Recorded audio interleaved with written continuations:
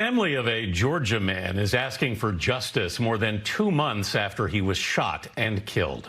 No one has been arrested or charged in the death of 25-year-old Ahmaud Arbery. Police say he was chased by 2 men who suspected him of a crime. Arbery's family says all he was doing was jogging. The case is now in the hands of the Hinesville District Attorney's Office. It's been more than 2 months since the son of a former investigator for the District Attorney's Office shot and killed Ahmaud Arbery, claiming he and his father were acting within the scope of a citizen's arrest.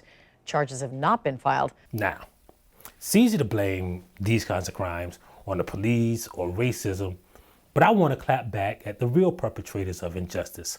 The single most important person in the criminal justice system are the local prosecutors and district attorneys. DAs and prosecutors are part of law enforcement, and they're part of the judicial system. And in most places, they have the sole discretion to charge someone with a crime, and they recommend sentencing, and they can simply decide not to charge someone.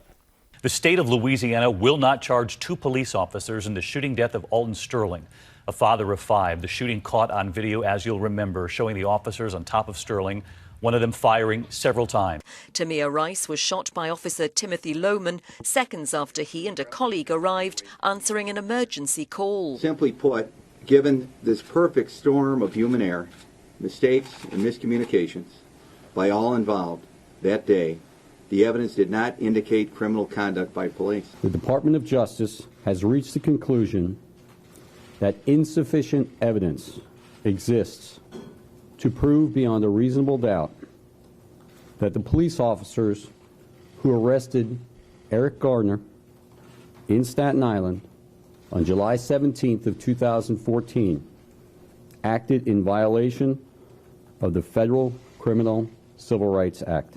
And this is how cops get away with killing and brutalizing black people. It's not the police. It's not the prosecutors. Y'all don't charge white people who kill black people.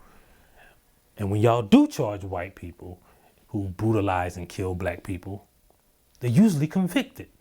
See, since 2015, 72% of police officers who were charged with an act of brutality or with killing a black person, they were convicted.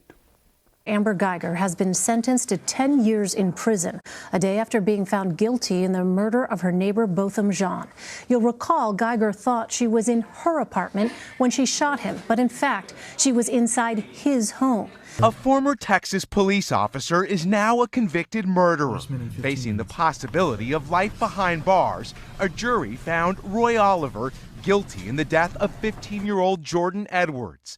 A majority white jury, half men, half women in Dale County, one of the state's most conservative judicial circuits, convicted a Montgomery police officer for unjustified use of lethal force. A former police officer convicted tonight in the shooting death of musician Corey Jones, whose car had broken down.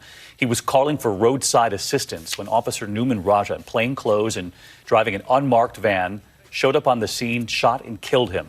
See, most cops don't get convicted because prosecutors don't charge them. Received in our unit.